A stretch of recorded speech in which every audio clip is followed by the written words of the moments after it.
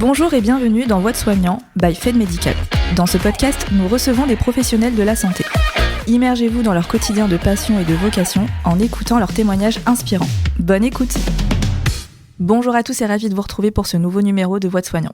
Ce podcast s'adresse à tous les actuels et futurs professionnels de la santé, mais aussi à tous ceux qui souhaitent bénéficier d'informations sur ce secteur et l'ensemble de ses métiers. Je suis Maëva Ramsaï, chef de projet Content Marketing chez Fed Group, et j'ai le plaisir d'accueillir aujourd'hui Kaina Attiris, directrice générale d'un établissement de coordination sanitaire et sociale, qui nous parlera de son parcours et de son quotidien.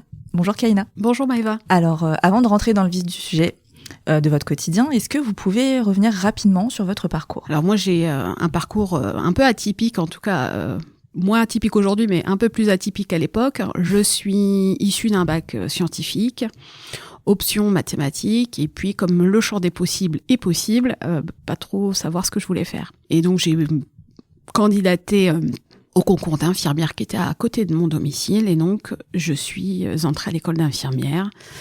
Et j'ai adoré le milieu. Donc c'est quelque chose que j'ai découvert, le métier de la santé, le métier d'infirmier, le métier, l'environnement de l'hôpital, et en fait j'ai adoré. Okay. Néanmoins, je me voyais pas faire infirmière toute ma vie. Le côté un peu routinier du métier, justement ces journées types qui se répètent, ne me convenait pas, ne me correspondait pas. Et à l'époque, à l'hôpital, on était sur les premières démarches qualité. Et j'ai participé à des groupes de travail et j'aimais bien l'idée que d'un dysfonctionnement, on pouvait en faire quelque chose qui était un outil de travail ensemble, du collectif, de l'intelligence collective. Et donc, je me suis très vite réorientée après l'école d'infirmière dans une école d'ingénierie de la santé. D'accord. Donc, j'ai travaillé en parallèle en tant qu'infirmière et j'ai repris mes études. Mais à l'époque, le diplôme d'infirmier n'avait pas la même valeur qu'aujourd'hui. On ne nous reconnaissait pas et les passerelles étaient très compliquées à obtenir. Donc, je suis repartie quasiment sur un cursus complet. J'ai refait une deuxième année de licence. Ingénierie de la santé, plus spécifiquement en qualité. Donc, j'ai refait 4 ans derrière. Ok. Pour avoir ma licence, ensuite ma maîtrise, et puis mais continuer à travailler dans la santé parce que c'était vraiment le secteur dans lequel je me retrouvais le plus, mais d'une autre manière de prendre soin, pas forcément dans l'action quotidienne de la fonction de soignante, mais sur une autre manière d'envisager le soin. Et donc j'ai commencé très vite à être d'abord ingénieure qualité, puis directrice d'établissement de santé, comme je l'occupe aujourd'hui depuis 20 ans maintenant. D'accord. Donc là, vous travaillez au sein de l'AXO. Est-ce que vous pouvez m'expliquer en quoi consiste l'établissement ? Alors l'AXO, c'est une association locale qui est située dans le sud de l'Oise et qui est une association qui a été créée d'abord par un médecin. D'accord. Qui souhaitait pouvoir poursuivre le projet des patients, tout ce qu'il avait mis en place, les soins, le côté contenu médical, projet thérapeutique, mais avait le besoin que ça puisse se poursuivre à la maison. Et à l'époque, les soins à domicile n'existaient pas. Donc, il a créé, soutenu par, à l'époque, les agences régionales, il a créé une petite structure qui mettait à disposition des infirmières, des aides-soignantes au chevet des patients pour qu'ils puissent bénéficier de soins à domicile. Et c'est comme ça que l'AXO a commencé. 30 ans plus tard, aujourd'hui, l'AXO, c'est une association locale extrêmement spécialisée expertise dans le domaine du soin à domicile, de l'hospitalisation à domicile et du maintien à domicile. D'accord. Et donc, comment vous faites pour déléguer des infirmières ou médecins ? Est-ce que c'est les hôpitaux qui proposent votre association ou, je sais pas, vous avez peut-être une partie de communication ? Alors, on a deux branches au sein de l'AXO. On a une branche sanitaire et une branche médico-sociale. D'accord. Sur la branche sanitaire, donc l'hospitalisation à domicile, on est d'abord contacté par les hôpitaux. Qui ont besoin d'une structure beaucoup plus cadrante, avec un niveau d'expertise un peu plus fort au niveau de la santé, pour prodiguer des soins hospitaliers à la maison. Donc le patient peut pas rester à l'hôpital parce que de leur côté, ils ont fait ce qu'il y avait à faire. Il faut poursuivre à la maison. Et c'est comme ça que les hôpitaux nous contactent, en général les médecins, les cadres de santé. D'accord. Et on a une équipe d'infirmières que l'on appelle d'infirmières de liaison qui se baladent dans les hôpitaux et qui rencontrent ces médecins, ces cadres de santé, font les évaluations cliniques et puis identifient le bon service pour le bon patient. Sur la branche médico-sociale, c'est une branche un peu différente. Ça correspond un peu à l'équivalent d'une maison de retraite. On propose les mêmes prestations qu'une maison de retraite, mais au domicile des personnes.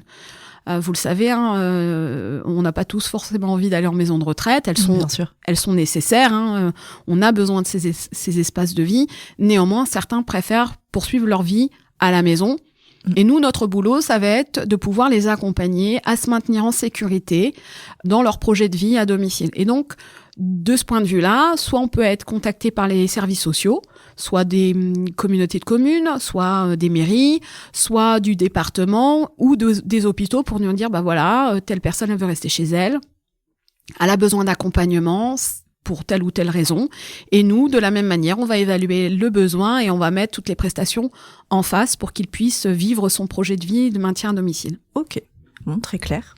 Et donc, dans tout ça, quel est votre rôle ? On l'a dit, vous êtes directrice générale de l'établissement. Est-ce que vous pouvez me parler de vos missions au quotidien ? Alors moi, je suis aujourd'hui plus dans des missions de gestion, de pilotage d'activité, de stratégie. C'est moi qui vais envisager les développements, qui vais nous assurer de donner les moyens aux services, aux équipes d'intervention à domicile de pouvoir réaliser leur mission dans de bonnes conditions. Mais pour moi, en tout cas, ma vision, elle peut pas se détacher de ma fonction de soignante. C'est d'ailleurs comme ça que je l'ai construite, et c'est ce qui m'a permis tout au long de mon parcours professionnel de pouvoir envisager mon travail de cette façon-là. C'est que moi, j'estime que nous sommes au service des soignants. Oui. Donc la structure est au service des soignants. Elle est au service des soignants, elle est là pour leur permettre de pouvoir développer leurs compétences, d'avoir les moyens de réaliser des prestations de soins qui correspondent aux besoins du patient. Donc moi je pars du principe que tous les métiers de l'association sont des métiers de soignants, y compris le poste de directeur. Alors bien sûr, je prodigue pas de soins, je fais pas de piqûres, je fais pas de perfusion, je suis pas au chevet, mais mon job c'est de prendre soin de mes équipes, prendre soin de la structure, de l'association, de l'image de notre association et la faire grandir. Donc mon quotidien, ça va être plutôt du pilotage d'activité, ça va être plutôt des discussions avec les autorités de tutelle, bien sûr travailler l'image de mon association, et puis de pouvoir être, encore une fois, faire en sorte que notre association puisse répondre à la mission qui lui a été confiée, puisque nous sommes une association avec une délégation de service public. Donc on est là pour répondre d'abord à un service public. D'accord. Et tout à l'heure, vous me l'aviez évoqué, vous prenez soin de vos soignants. Quel est votre rapport avec eux ? Je sais pas, est-ce que vous avez un rapport particulier ou est-ce que vous pouvez m'en parler ? Alors, moi, je suis pas toujours en contact avec les équipes, puisque l'association est une grande association, donc il y a d'autres directeurs, il y a des cadres de santé. Donc, je vais pas forcément être en direct avec les infirmiers, bien que j'en croise au quotidien. On est tous au même endroit, on a quelques antennes et j'aime bien aller d'une antenne à l'autre. Moi, les écouter, quand je les croise et qu'on papote un petit peu, ce qui m'intéresse, c'est surtout de comprendre leurs difficultés. Parce que parfois, on peut prendre des décisions qui peuvent être déconnectées du quotidien du soignant. Et l'idée, c'est de leur donner d'abord des espaces de dialogue, pas forcément avec moi, mais surtout des espaces de dialogue dans leur quotidien entre eux. On développe beaucoup, là, en ce moment, ce que l'on appelle les équipes autonomes, sur la possibilité que les soignants puissent eux-mêmes organiser leur propre travail, leur donner beaucoup plus de marge de manœuvre sur leur quotidien.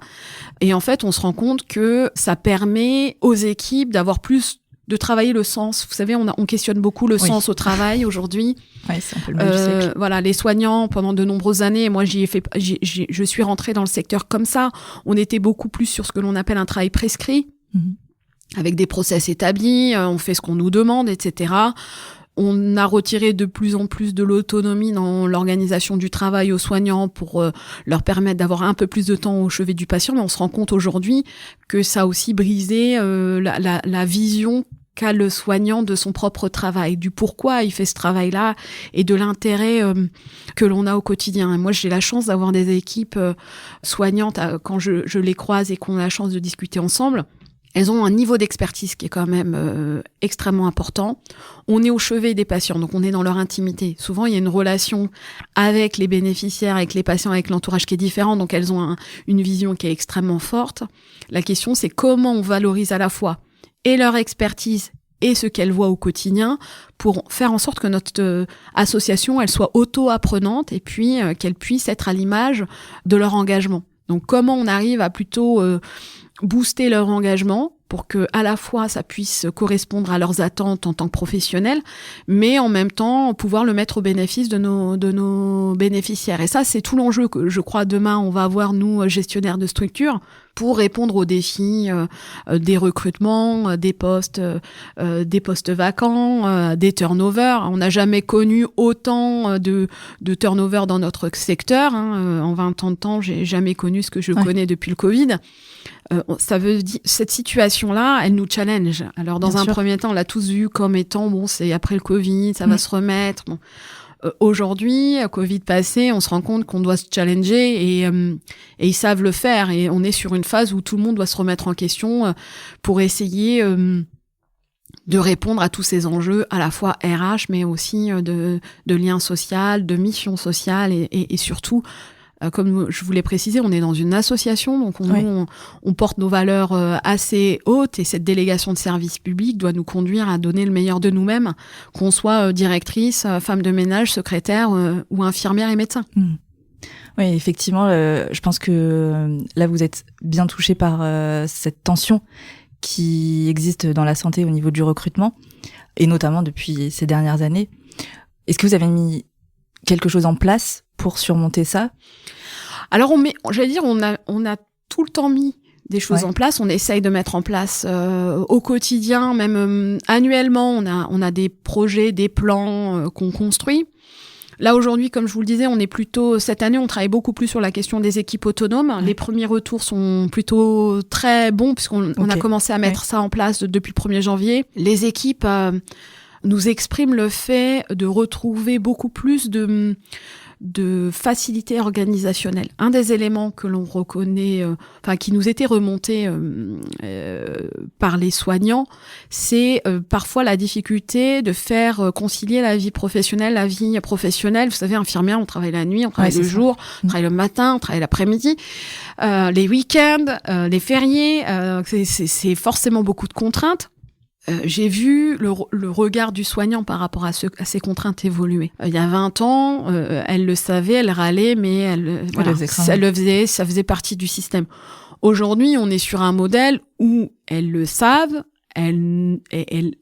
aujourd'hui, elle l'exprime fort comme étant soit vous prenez en compte que nous avons aussi des contraintes personnelles et nous ne pouvons pas répondre à tous vos besoins. Il y a quelques années en arrière, on aurait dit, il y avait une sorte de conflit de vision entre ce qui se faisait avant et aujourd'hui. Là, aujourd'hui, on l'a bien compris, ce sont des générations qui remettent la boussole, je dirais, dans le bon sens. Moi, je le vois pas aujourd'hui comme un manque d'engagement. Moi, je le vois pas comme un manque d'engagement, mais plutôt la nécessité de concilier à la fois des organisations et une vie personnelle qui n'est pas que centré sur le travail. Bien sûr. Ouais.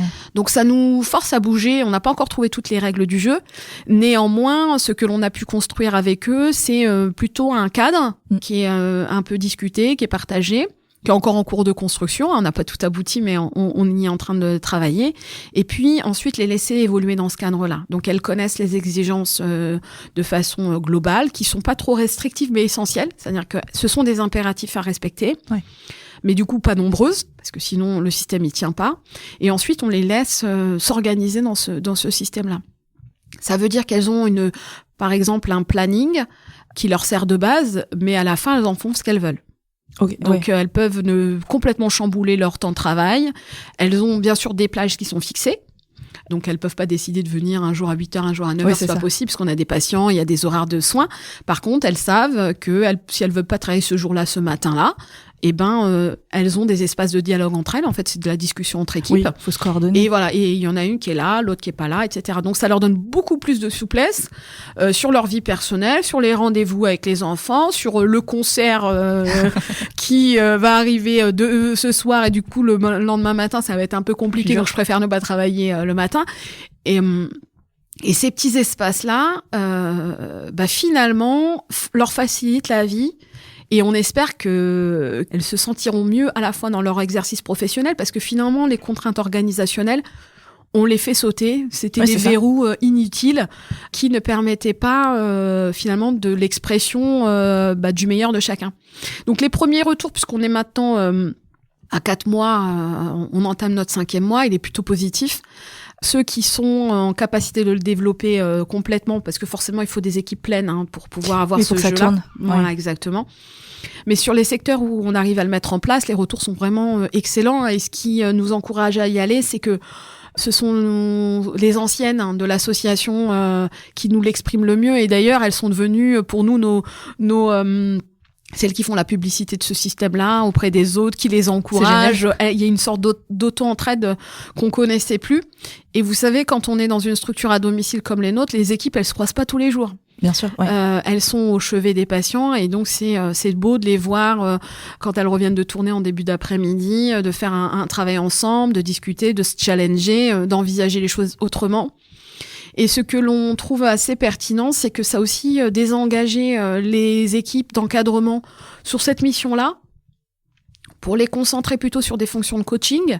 Ah oui, donc elles sont plus là pour pas forcément réguler la pratique, le travail, comment la répartition de la charge de travail, mais plutôt sur moi je suis là en soutien pour vous.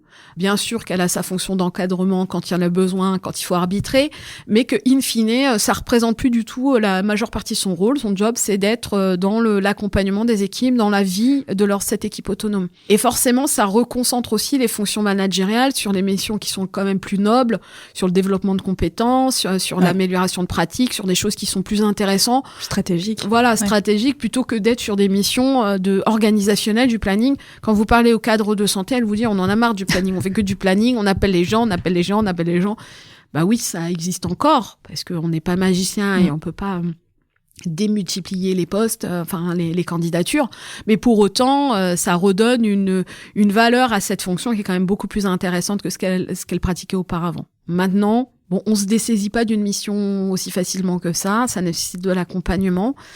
Mais comme on y croit, forcément les équipes, ils y vont quoi. Ouais. Ils se lancent là-dedans. Ils ont des espaces d'échange entre eux et donc ça c'est assez intéressant à voir. Ouais, mais c'est génial de mettre ça en place. Enfin, ça change aussi, je pense, le regard sur les métiers de la santé et ça passe par des actions comme ça. Donc vraiment, je trouve ça très cool. Ouais, et puis. Moi, il y a 20 ans, les perspectives d'une infirmière, elles étaient extrêmement limitées. Une infirmière, c'était quelqu'un qui faisait infirmière. Après, au pire, elle change de service en service. C'est vrai que c'est ce qui est passionnant dans la fonction d'infirmier, c'est on a plusieurs manières de pratiquer la fonction de soignante. Mais ça s'arrêtait là. Après, on pouvait être cadre de santé, cadre formateur, éventuellement auteur de soins, enfin les fonctions un peu classiques qu'on trouve à l'hôpital. Aujourd'hui, ce modèle-là, il a complètement explosé. Le champ des possibles est tellement large. Moi, je suis déjà un profil particulier. À l'époque, il y a 20 ans, quand j'ai expliqué que j'allais poursuivre mes études, on m'a pas comprise. Mais aujourd'hui, je suis pas du tout atypique. Et moi, le conseil que je donnerais aux jeunes, mais de façon globale, c'est allez-y. Faites ce que vous avez le sentiment d'aimer faire. Tentez le coup, même des choses que vous pensez que vous n'aimerez pas, tentez le coup aussi. Vous serez amené à changer de carrière, ou rester dans le même secteur. Regardez, je suis toujours dans la santé, mais je prends soin autrement.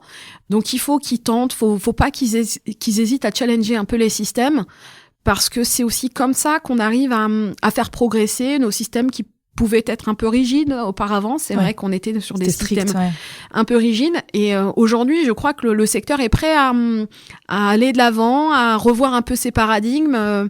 Il y a maintenant, il faut savoir l'exprimer, il faut ne pas hésiter à proposer des projets. Par exemple, projet, c'était des mots, une infirmière, elle ne se posait même pas la question il y a 20 ans. Aujourd'hui, on a des soignants qui sont en capacité de dire, bah voilà, j'ai envie de faire ça, est-ce que vous pourriez me donner l'opportunité de pouvoir le développer ? Il y a des choses qui sont possibles, même sur des constructions de projets pro. Bien sûr, faut pas être complètement déconnant de la mission du service, mais c'est possible. On a par exemple un infirmier qui a chez nous qui a le souhait de travailler un peu plus sur les plaies et cicatrisations. On travaille avec lui son projet pro, on essaye de l'aider à la formation et puis on construit un projet autour de lui pour valoriser ses compétences en interne. Donc il faut pas hésiter à bouger sa structure. Alors, on peut bien entendu toujours quitter sa boîte pour aller ailleurs, pour aller goûter un peu d'autres systèmes, mais il faut pas hésiter aussi à faire changer les systèmes en interne. C'est apprenant pour tout le monde, ça à la fois pour la structure qui va aussi pouvoir développer de nouvelles compétences qu'elle a même pas imaginées. Donc moi le conseil que je donne c'est n'hésitez pas en fait, allez-y. Ouais. Allez-y. Et parfois il y a les intérêts se croisent. Parfois c'est pas le cas, mais au moins vous serez autorisé à envisager autre chose. Oui, c'est ça, faut tester. Et puis si ça fonctionne pas, il y a d'autres champs des possibles dans la santé. Exactement. Il y a le champ des possibles est vraiment large. La vision du soignant, elle est précieuse. Qu'elle soit d'ailleurs infirmière ou aide-soignant, que ce soit médecin ou ergo, il y a la pratique même a évolué.